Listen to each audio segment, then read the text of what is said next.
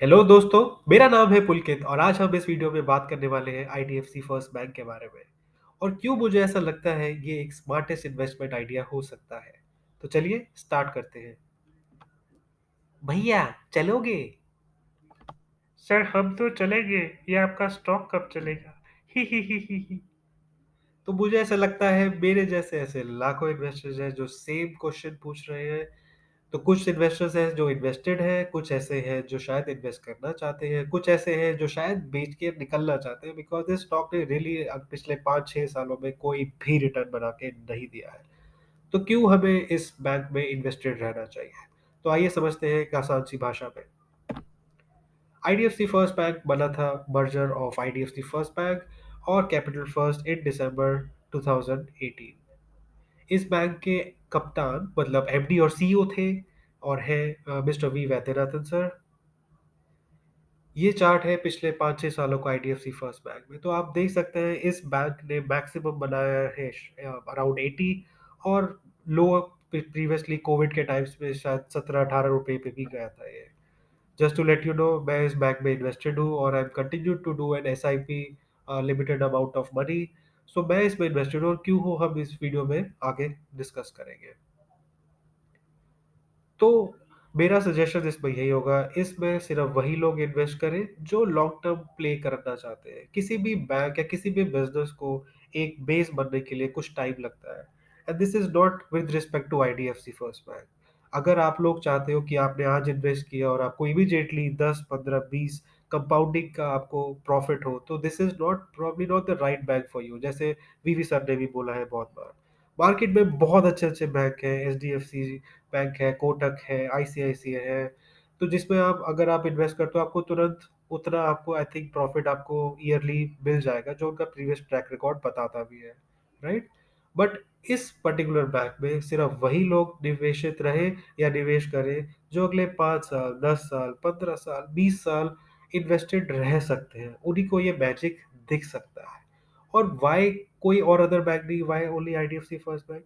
Because किसी भी business में इन्वेस्ट करते हुए हम क्या देखते हैं, उसका एक तो मैनेजमेंट अच्छा होना चाहिए। तो मिस्टर वीवी सर का ट्रैक रिकॉर्ड बहुत अच्छा है, उन्होंने प्रीवियसली कैपिटल फर्स्ट में बहुत वंडर्स करके दिखाया है। वी एक्सपेक्ट कि सेम यहाँ पे भी होगा, उनको रिटेल इन्वेस्टिंग का बहुत बहुत एक्सपीरियंस है, राइट। प्लस बैंक्स, क्यों हमें ऐसा लगता है कि बैंक स्टॉक में इन्वेस्ट करना चाहिए, वो भी हम आने वाली स्लाइड्स में कुछ डिस्कस करेंगे। तो ये कुछ एग्जांपल है कोटक बैंक का। अगर आप देखोगे कोटक बैंक अराउंड 2000 2006 तक अगर आप देखोगे तो इस हार्डली कोई ग्रोथ दिखी, राइट। स्टॉक प्राइस एक एक कांस्टेंट बैरियर के अंदर ही ट्रेड करता रहा। बट उस वो टाइम था जैसे आईडीएफसी बैंक आज है। वो अपना इंफ्रास्ट्रक्चर, वो अपनी बैंकिंग ब्रांचेस, एटीएम्स, सब कुछ वो सेटअप कर रहा था। सिमिलरली अगर आप अब देखोगे तो उसकी एक्सपोनेंशियली ग्रोथ देखो आप उसके बाद कैसे हो रही है।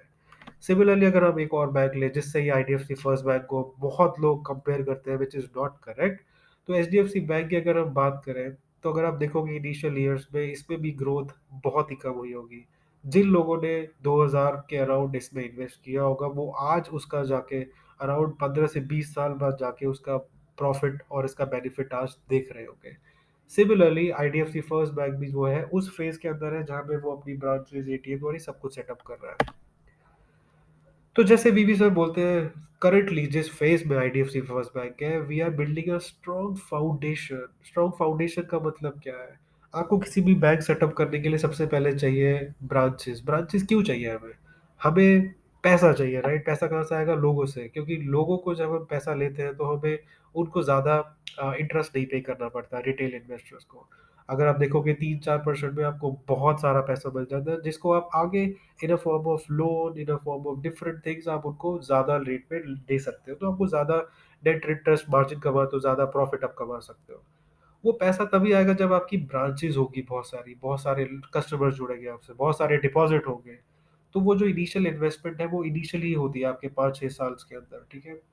तो इनका टारगेट था कि इनिशियली 5 साल का जो इनका टारगेट था कि 800 से 900 ब्रांचेस इनकी होनी चाहिए, जो आज की डेट में इनकी 600 प्लस हो भी चुकी है। तो लास्ट मीटिंग में, लास्ट एजीएम में वीवी सर ने बोला है कि गोइंग फॉरवर्ड अब उनका वो जो रेट है, जिस तरीके से वो ब्रांचेस ग्रो कर रहे थे, वो थोड़ा सा स्पीड स्लो करेंगे because they feel they have enough branches right now and they have enough money in उनके पास जिससे वो अब ग्रो कर सकेंगे कंटिन्यूअसली। तो अगर ये बैंक इतना ही अच्छा है तो इसका प्रॉफिट अभी तक क्यों नहीं दिखा? तो पहला है प्रोविजनिंग। जैसे कि आप सब लोग जानते होंगे, इनके 2-3 अकाउंट्स में बहुत ज़्यादा बड़ी प्रॉब्लम थी और किसी को भी नहीं पता था कि वो इंफ्रास्ट्रक्चर का प्रॉब्लम और ये सब कैसे होगा, राइट? किसी को पता तो ऑब्वियसली ये सिचुएशन में नहीं आता। अभी जो सबसे बड़ा प्रॉब्लम है वो शायद इनका वोडाफ़ोन का है, राइट? जिसमें इनके 3200 करोड़ का इनका फंडेड नॉट फंडेड एक्सपोज़र है, जिसमें से ये लगभग 480 करोड़ का प्रोविज़निंग कर चुके हैं। बट गुड पार्ट इज़ जैसे कि गवर्नमेंट ने रिलीफ दिया है वोडाफ़ोन को अगले 4 साल के लिए, 4 साल मतलब 16 क्वार्टर। अगर वर्स्ट केस सिनेरियो वोडाफ़ोन अगर डूबता भी है, लेट्स से बिल्कुल खत्म, कुछ वापस नहीं आता, जो कि आई डाउट ऐसा होगा। तो अगर ये हर एक क्वार्टर में 200 करोड़ का भी प्रोविज़निंग करते हैं, तो वो 3200 करोड़ का ये लोग सँभाल सकते हैं। कोई डरने वाली मेरे हिसाब से बात नहीं है। दूसरा, इन्होंने एक हाई कॉस्ट पे बोरोइंग कर रखी है, जो कि लगभग 28,000 करोड़ का इन्होंने बोरिंग कर रखी है, जो कि बहुत ज़्यादा रेट ऑफ इंटरेस्ट पे 8.66। तो जो इन्होंने पैसा इन्होंने इकट्ठा किया, उसमें से कुछ ये लोग जो ये हाई कॉस्ट पे बोरो किए, वो रिटर्न कर चुके हैं। बट आने वाले 5-6 सालों में जब ये 28,000 करोड़ की बोरिंग जो इतने हाई इंटरेस्ट पे कम होगी, तो सीधा का सीधा 1,000 करोड़ का प्रॉफ़िट जो है, इनके प्रॉफ़िट में डिस्प्ले होना स्टार्ट हो जाएगा। और उसके बाद ये लोग इंफ्रास्ट्रक्चर जैसे हमने डिस्कस किया उस पे इन्वेस्ट कर रहे हैं। फिर ये टेक्नोलॉजी पे इन्वेस्ट कर रहे हैं। अब टेक्नोलॉजी जब हम बोलते हैं तो इनकी एक ऐप है, बट ये ऐप को कंटिन्यूअसली अपग्रेड कर रहे हैं। वो क्यों? क्योंकि अभी इन्होंने क्रेडिट कार्ड में पैसा इन्वेस्ट किया है, राइट? क्रेडिट कार्ड में फ़ायदा क्या है क्रेडिट कार्ड का, राइट?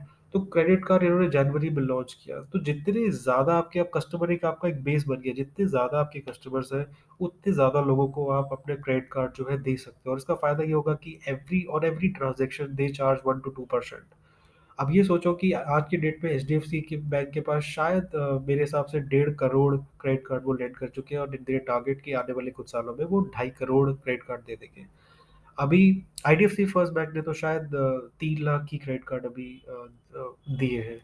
तो जैसे-जैसे ये कस्टमर बेस बढ़ेगा, क्रेडिट कार्ड बढ़ेगा, हमारा प्रॉफ़िट भी बढ़ेगा। फिर ये आने वाले टाइम में वेल्थ मैनेजमेंट का भी इन्होंने स्टार्ट कर दिया है। फास्टैग ये 4.2 प्लस बिलियन फास्टैग दे चुके हैं, इनको भी इससे प्रॉफ़िट होता है। Gold loan, they are in home loans, digital lending and so on. तो व्हाई होम लोन का क्या फ़ायदा है? इन सब चीज़ों का क्या फ़ायदा है? तो होम लोन का फ़ायदा है कि जो आपके पास कस्टमर आएगा, तो वो कम मिनिमम 15 से 20 साल का लोन लेगा और जब वो इंटरेस्ट 40-50 लाख लाख का अगर कोई लोन लेता है, तो वो इमीडिएटली 1-2 साल में तो नहीं निपटाएगा, राइट? तो it it will takes its sweet time, may be 20 साल, मे बी शायद थोड़ा-सा अर्ली करेगा, बट वो कंटिन्यूअसली 10-15 साल तक आपको उसका बेनिफिट होगा। उस पे जो इंटरेस्ट आप लोग चार्ज करेगा बैंक, वो उसको कंटिन्यूअसली मिलेगा। तो एक एक सस्टेनेबल बैंक की इनकम जुड़ती जाएगी। और जिस तरीके से अभी मैं देख रहा हूँ घर बिक रहे हैं, रजिस्ट्री के रिकॉर्ड बन रहे हैं, बहुत अच्छा मेरे को लगता है रिजल्ट आएगा और ये बहुत अच्छी अपॉर्चुनिटी आने वाले कुछ क्वार्टर्स में भी, जिसमें आईडीएफसी फर्स्ट बैंक को गेन हो सकता है।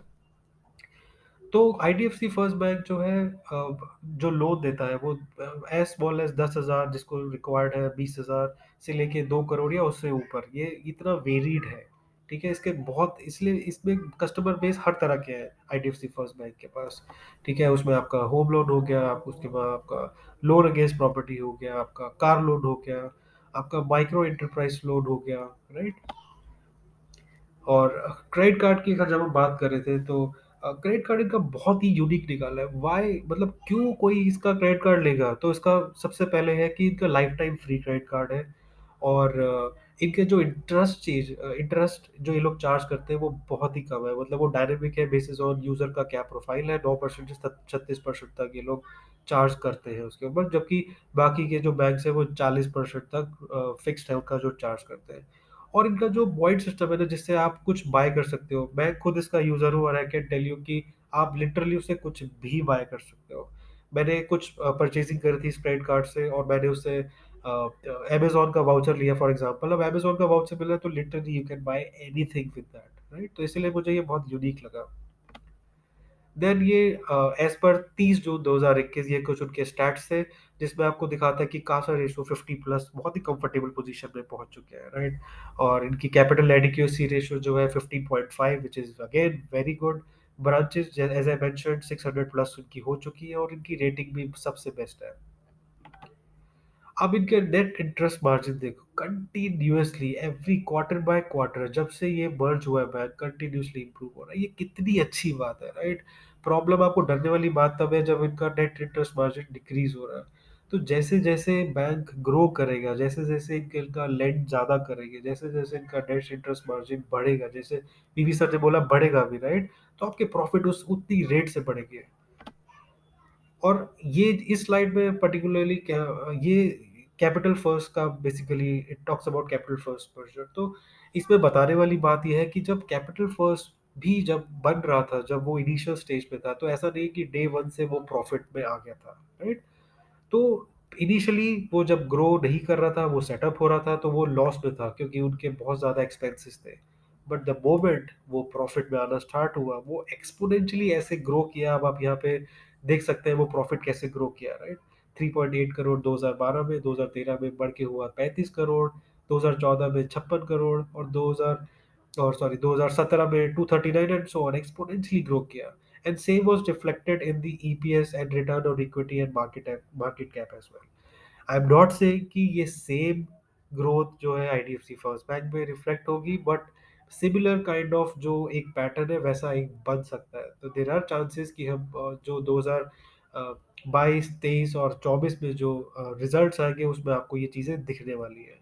अगर आपने लास्ट की एजीएम सुनी हो, वीवी सर की, तो उन्होंने बोला है नेक्स्ट के 2-3 क्वार्टर्स में उनका जैसे प्लान है कि वो शायद वो इन्वेस्टमेंट ब्रांचेस बना करके किसी और जगह पे कर रहे हैं, थोड़ा सा प्रोविजनिंग होगी जैसे उन्होंने प्लान किया हुआ है। बट 2022-23, 23-24 और 24-25 में वो जो ग्रोथ है जिसकी हम अभी तक बात कर रहे हैं, अगर सब कुछ सही रहा तो वो आपको दिखनी तय है। अगर हम स्ट्रेस पूल की बात करें, तो अगर आप देखो जून 2020 में total stress assets around 3200 crore थे, जिसकी प्रोविजनिंग ये लोग 1700 अराउंड 1700 करोड़ कर दिए था। तो 52% जो था उनका प्रोविजनिंग कवरेज था, जो उन्होंने इम्प्रूव करके एक साल के अंदर वो प्रोविजनिंग कवरेज जो है 67% कर दिया है। इसमें वोडाफोन वाला कवर नहीं है। तो जैसे हमने बात की, वोडाफोन वाला वर्स्ट केस सिनेरियो अगर डूब भी जाता है, विच आई डाउट, तो भी I think we are in a comfortable position, because हमारे पास 16 क्वार्टर है, 4 साल। तो 4 साल में इतना प्रोविजनिंग हम करके रख सकते हैं कि अगर वो डूब भी गया तो इस पे कोई इम्पैक्ट नहीं होगा। Now why do we invest in a bank? आप किसी बैंकिंग स्टॉक में क्यों इन्वेस्ट करोगे, राइट। तो बैंकिंग इन्वेस्ट इसमें इन्वेस्ट इसलिए करेंगे बिकॉज अगर आपने हमारे फाइनेंस मिनिस्टर सीतारमन का वीडियो अगर स्टेटमेंट देखी होगी, तो उन्होंने बोला हमें एसबीआई के जितने 4 से 5 बड़े बैंक चाहिए। तो एसबीआई बहुत ही बड़ा बैंक है, राइट। और आपको पता है कि पब्लिक सेक्टर बैंक का क्या हाल है। इससे इसके कंपैरिजन में अभी तक कोई और बैंक नहीं है। तो उनको क्यों ऐसा लग रहा है कि हमें बैंक चाहिए? India is the growth story. China आपने देख लिया उसने क्या किया, जितनी भी बड़ी मेजर इकोनॉमीज हैं, अब दे नोज कि दे नीड टू फाइंड, अब चाइना का उनको एक ऑल्टरनेटिव चाहिए, दैट इज इंडिया। क्यों इंडिया? इंडिया क्यों? इंडिया को बहुत सारे एडवांटेजेस है। हमारे पास दुनिया की सबसे बड़ी वर्किंग पॉपुलेशन है, और आने वाले 10 15 20 साल में हम ये चीज़ एंजॉय करने वाले हैं। सबसे बड़ी वर्किंग पॉपुलेशन मतलब सबसे ज़्यादा इनकम जनरेट होगी, सबसे हर लोगों को घर चाहिए, घर चाहिए, लोन चाहिए, गाड़ी चाहिए, और सबके लिए क्या चाहिए फंडिंग करने के लिए? बैंक्स। बैंक्स नहीं होंगे तो कंट्री ग्रो नहीं कर पाएगी, राइट। तो आपको अगर 5 ट्रिलियन इकोनॉमी बनना है बाय 2025 या उससे भी ज़्यादा, तो आपको इन्वेस्ट करना ही पड़ेगा बैंक्स में। और बैंक्स अगर आपके स्ट्रांग हो गए, अगर आपका बेस स्ट्रांग होगा, तो there is no country in the world who can stop you from growing.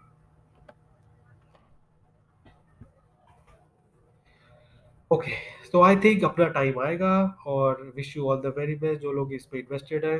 Again just to mention, ये मेरी कोई रिकमेंडेशन नहीं है, बट अपने फाइनेंशियल एडवाइजर से जरूर कंसल्ट करें। मैं इसमें खुद निवेशित हूँ, इसलिए मैं आपको बोलूंगा। और अपना पूरा पैसा प्लीज किसी भी एक स्टॉक में इन्वेस्ट ना करें। Please don't put all your eggs in one basket. Be safe. और ये अगर आपको वीडियो अच्छा लगा हो तो do share, subscribe and share with your friends. Thank you so much.